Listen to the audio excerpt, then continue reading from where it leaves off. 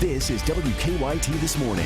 Good morning. We're glad you're on WKYT. I'm Bill Bryant. I'm Rebecca Smith. Hope you're having a great start to your day. Hey, it feels great outside. It does. Spring-like on Wednesday, March 9th. And now at 6:30, two more suspects accused in a Lexington teen's murder are now in jail. And we're live with new details that we've just learned about this case. A crime alert in Lexington. Police looking for a man who they say keeps robbing the same gas station. And we're looking across the region, holding on to those 50s. It is an awesome feel outside early this morning. Get into the afternoon, we're talking 70s. I mean, a really good looking forecast in store, 76 degrees. Now, 78 is the record. Highly doubt we'll reach that, but at least we're talking about it, right? We're going to talk about that when the rain moves in, coming up. And leading our news this half hour, it was the third murder in Lexington this year. And this morning, we've learned some new details about the night a teenager was murdered. 5 arrests were made in the case. Marquez Smith and Marique Sturgis are just arrested yesterday. WKYT's Mark Barber is live in Lexington with new details on this case. Good morning, Rebecca. This morning we are learning what happened during that January murder because one of the juveniles who is tied to this case is talking to police from jail. Now, there are 2 juveniles in jail, but we are not naming them because of their ages. This morning we are going through court documents, and this is what we've learned from an arrest warrant. The 2 juveniles drove Smith, Sturgis, and a third man, Kenyon Hips, to a home on University Avenue on January 9th. According to court papers, the 3 men put on masks, got out of the car, and waited outside the house, planning to rob 18-year-old Caleb Howlett and his roommate. When Howlett and his roommate walked out of their house and got into a car, the warrant states that Smith shot Howlett and Sturgis shot his roommate in the arm. 10 days after the murder, Hips shot and killed himself when he was on the run in Ohio. For the past 2 months, police have been searching for Smith and Sturgis, their last 2 suspects in the case. Now, they're both charged with murder, assault, and robbery.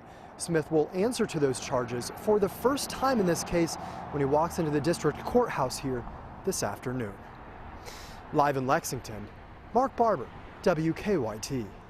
Mark, thank you. New this morning, we've learned that police have made an arrest in a Georgetown stabbing. The victim is at UK Hospital right now with life-threatening injuries after being stabbed last night on Scroggins Park Drive off East Showalter. Georgetown police say the victim was stabbed multiple times. Now, we picked up Ezra Hoover's arrest citation this morning, and he is charged with assault in the case. Police say he admitted that he wanted to, quote, fill the victim with holes. The state says radioactive waste was illegally dumped in a second Kentucky landfill, this time in the Ashland area. This as the state investigates the illegal dumping of radioactive waste in Estill County. Last night we learned the Energy and Environment Cabinet delivered 4 violations to Blue Ridge Landfill in Estill County.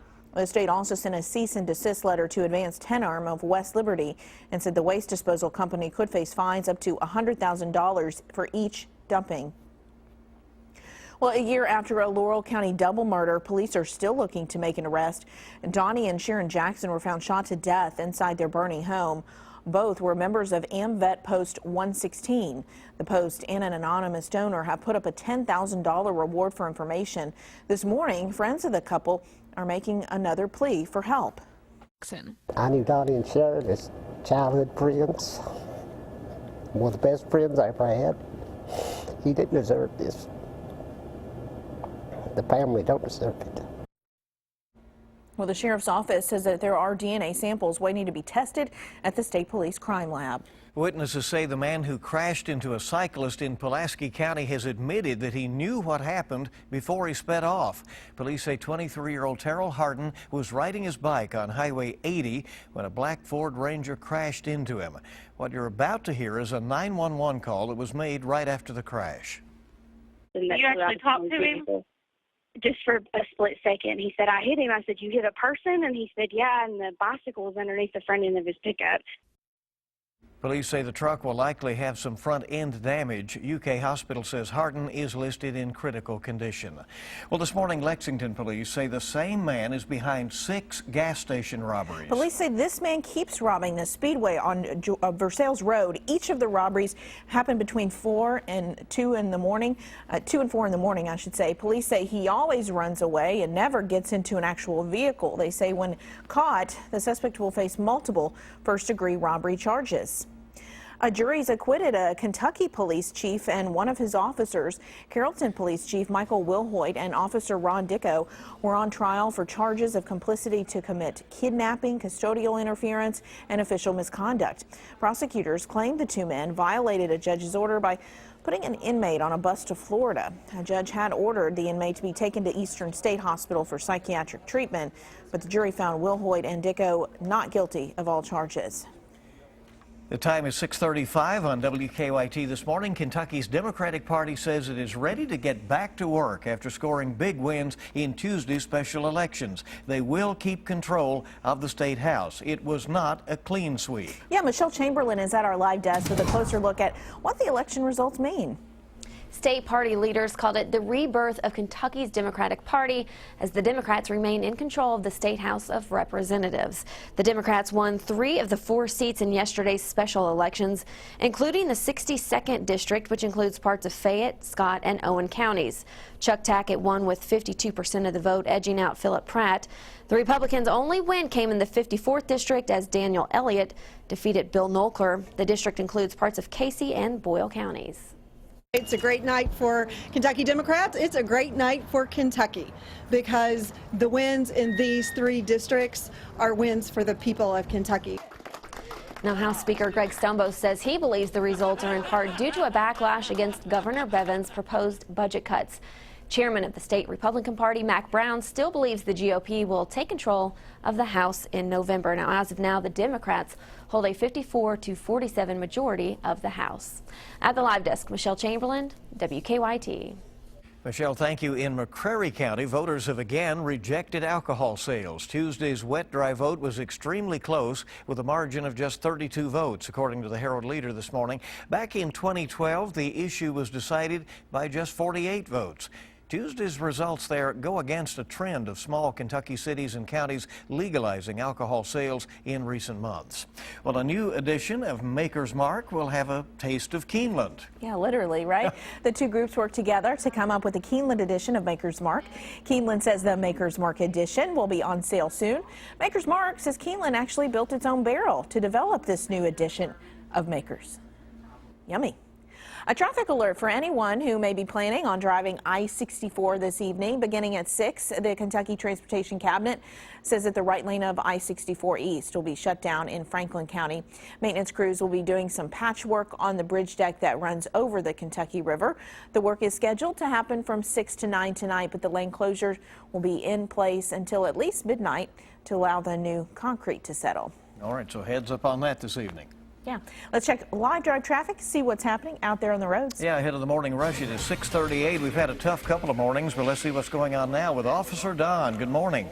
Hey, good morning, gang. A little better shape now on the circle. We had a crash earlier on the inner loop at Tate's Creek. There was a car into the guardrail there, or that barrier wire at least.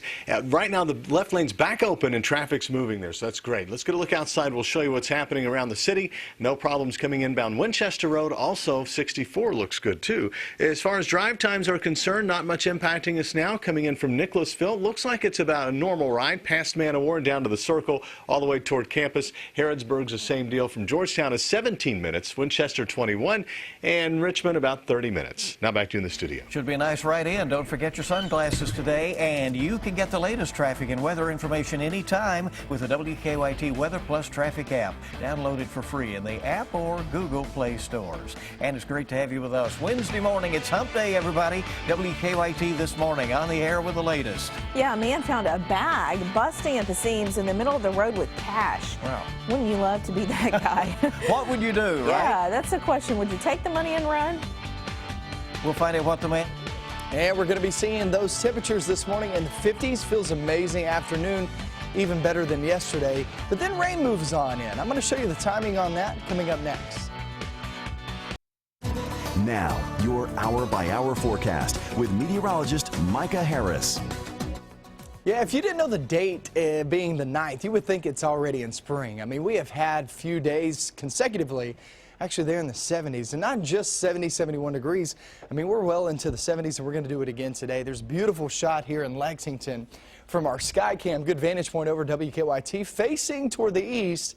At 58 degrees, beautiful start to the morning. Mountain Parkway looks just fine. 59 now in Frankfort and Jackson, you can see coming in at 54 degrees. Everybody feels great this morning. Sun and cloud mixed through the day. There is a slight chance that we could see a couple of sprinkles west of I-75. But really none of that's going to ruin your day. I promise you that. So most of the day actually stays dry. Mid-70s for most. 78 is our record high. Could we reach it? It's not out of the realm of possibilities. However, I just think we stay below that. But still 75, 76. I'll take it. I don't know about you. Thursday, looks like the showers are going to move on in. Maybe a few rumbles of thunder, but remember, none of this coming up is going to be any severe weather threat. I just don't see it in the forecast. There's just the dynamics just aren't there. And so what we're going to be looking for, mainly showers with a few rumbles of thunder, especially west of I-75 tomorrow. During the afternoon and evening, then it starts to move eastbound. I would say Lexington and westbound have the chance to see rain before the sun sets. East and southeastern zones, it's mainly during the evening. Temperatures will be back there in the 70s. Then we hit Friday. Most of this rain comes Thursday night into early Friday morning. And you say, well, what time's early? Is that going to affect my kids going off to the bus stop? Is that going to affect me going off to work? Should not affect anybody going off to the bus stop or to work, because it looks like it's going to move out from 5 a.m. to 8 a.m. for the most part. 8 a.m. being far extreme southern Kentucky. So for the most part, it's long gone before we even get our day going. And that means most of your day there on Friday actually looks pretty dry, with temperatures in the 60s as that front moves on through. It's a cool front, not a cold front. But look how we rebound very nicely there on Saturday at 75. 64 there on Sunday. Any games going on? I know baseball's about to get kicked off here very soon if you're out there practicing with the kids out for the weekend.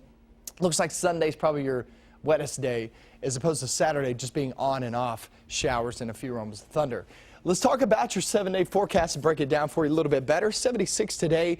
We'll stay in the 70s for tomorrow, as that rain is really west of I-75. That's your best bet during the daylight hours. Friday, it's early morning hours, 5 to 8 a.m. It moves on out. Then Friday afternoon looks fantastic. Saturday, Sunday, not a complete washout for the weekend, but there's some pretty decent rain chances there for the weekend as it's on and off. But you can see there on the screen, no shot at cold air anytime soon. That's a good look on your 7-day. It looks like we're going to hold on to that for at least not just the next 7 days, but maybe 7 to 10 days. Great. You have to remind yourself that it is still winter. Still winter, yeah. The 20th is actually the first day of spring. Doesn't feel like it. All right, what would you do if you found $15,000 in the road, Micah? I would give it back. Sure you would. Okay. Yeah, right. Yeah. Good answer. Hey, you know, whatever. Yeah, that's what we all say we do, right? Well, a Philly transit worker did that, actually found that bag with $15,000 right in the middle of the road and turned it into police.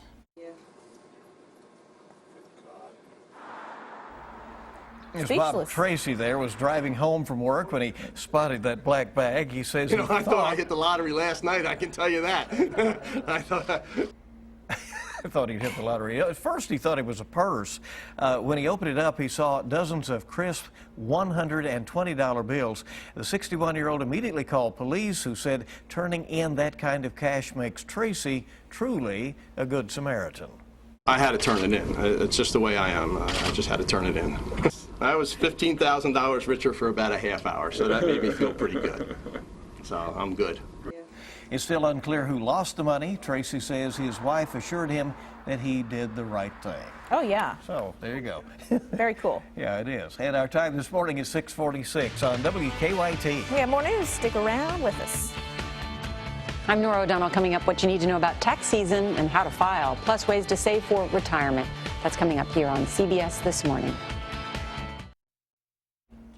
6:49 the time on WKYT This Morning, and coming up it is CBS This Morning with all the latest and some of the stories you'll see right there in just a few minutes as they're getting ready at the CBS Broadcast Center in New York to go with the show just a few minutes away. Yeah. Well, police have arrested their last two suspects in Lexington's third murder case of the year.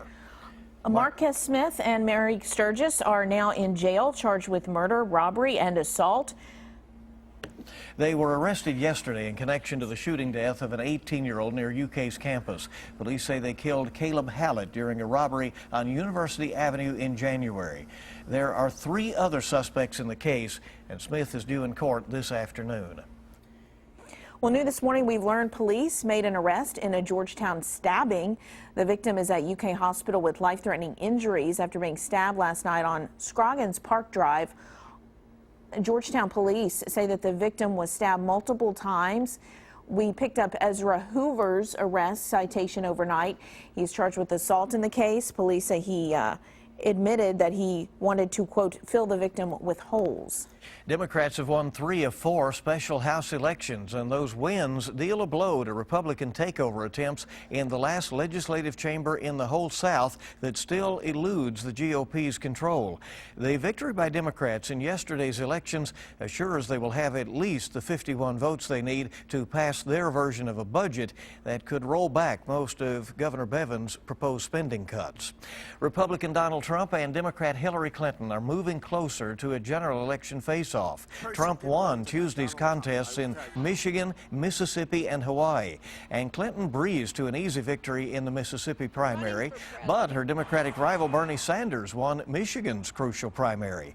The campaign focus now shifts to Florida, an important state on the road to the White House. First, we'll find out what's going on there. WKYT's Washington Bureau Chief Jacqueline Policastro has a report. Good morning from Miami. Tonight, Hillary Clinton and Bernie Sanders will square off in their final debate before next week's Florida primary. Right now, Clinton has a sizable lead in the polls here in Florida. The Democratic primary is expected to be a blowout in favor of Clinton, but the Sanders campaign remains determined. When it comes to the Republicans, this is being called Marco Rubio's make-or-break moment as he fights to win his home state. The latest polls show the Florida senator trailing Donald Trump by more than 5 points. There is a bright spot for Rubio. He's leading Trump with voters who have already cast their ballot through early voting. Ted Cruz and John Kasich are in the race, but Florida is a winner-take-all state for Republicans. Back to the Democrats. Tonight's debate is hosted by Univision and the Washington Post. We're told that Florida voters will also get the opportunity to ask the candidates questions. Reporting in Miami, I'm Jacqueline Policastro. Well, former First Lady Nancy Reagan will lay in repose today and tomorrow ahead of her funeral set for Friday. She'll be buried at the Reagan Library in Simi Valley, California, next to her husband, former President Ronald Reagan. First Lady Michelle Obama is scheduled to attend the services, as is Hillary Clinton. Nancy Reagan died Sunday of congestive heart failure at her home in Los Angeles. She was 94. Well, it is the save seen around the world. A father's being credited for his quick actions when a baseball bat came hurling towards his son. Sean Cunningham took his 9-year-old son Landon to his first Major League Baseball game to celebrate the boy's birthday. They were taking part in the Pirates-Braves game, spring training game, when Pittsburgh outfielder Danny Ortiz lost control of the bat at the plate. The bat came hurling into the stands directly at Landon's face. In the last instance, his father stuck out his arm to block the bat from hitting his son. It happened so fast, I didn't have time to think about it. I just, once I realized that it was in fact heading for us and specifically my son, I just threw my arm out and tried to block it the best that I could. A Pittsburgh newspaper photographer captured shots of the save, which went viral. Dad says his arm is bruised, but he is fine. All right, it's what dads do, right? Good deal. 6:54 on WKYT, and right now on WKYT.com, there has been an arrest after a stabbing in Georgetown where the accused reportedly told the police that he wanted to fill the victim with holes. We have the details in our story that we're updating. Kentucky Democrats to maintain control of the state house for now. They won 3 of 4 special elections yesterday, despite Governor Bevin's efforts in behalf of GOP candidates. We have that story. Also trending, as college students get ready for spring break, a popular destination is banning alcohol on the beach. Panama City Beach, Florida has a new rule in place there. They've also moved up last call earlier from 4 a.m. back to 2 a.m. as they try to scale back some of the rowdiness there. We're getting you ready for the SEC tournament in Nashville with some of the rules at the venue, and also an article up this morning about Tyler Eulis being named SEC Player of the Year. One tidbit is that at 5'9", he's the shortest player to ever win that award. And Eulis was also the SEC Defensive Player of the Year. So what a season it is for him. On Kentucky.com, more on the fallout from yesterday's special elections, with Democrats increasing their majority in the state house. And Speaker Greg Stumbo says the House budget will lessen cuts to education, at least the version that they anticipate passing. CBS This Morning is coming up shortly with your eye opener and a look at where the race for the White House stands now after primary results rolled in last night, and with more big contests on the way. And of course, we'll also have local updates. There they are, getting ready at the CBS Broadcast Center in New York. Hey, join us on Facebook, follow us on Twitter or Instagram, and for the latest news anytime, WKYT.com. Yeah, we're looking outside there on the roadways, current traffic. This is live, real-time traffic as you're looking across the region. A few issues, a couple of delays there in the normal spots if you head toward Tates Creek and also Nicholasville Road, as it's starting to get backed up there, Brandon Crossing area, as you're heading outbound. But other than that, I haven't heard of any issues whatsoever. Check out the sky this morning. This is what you're going to be walking outside and seeing. It's a beautiful start to the day. If you have any pictures, jump on Facebook, jump on Twitter. Twitter is Micah Harris WX, and tweet me these photos. I've got about 10 so far, so I'd love to see more of what it looks like around the region. Things are looking fantastic weather-wise, the way it feels too. 58 degrees there in Lexington, 60 degrees in Frankfort. Just an awesome day as you kick off your day there in the 50s and even a couple of 60s. We're at 61 in Wayne County down in southern Kentucky, and that goes for Whitley City as well as Williamsburg. Emoji forecast, everybody's happy as we go through the day. I say everybody. You never know with some of these people still wanting a little taste of winter. I don't get it, but you know what?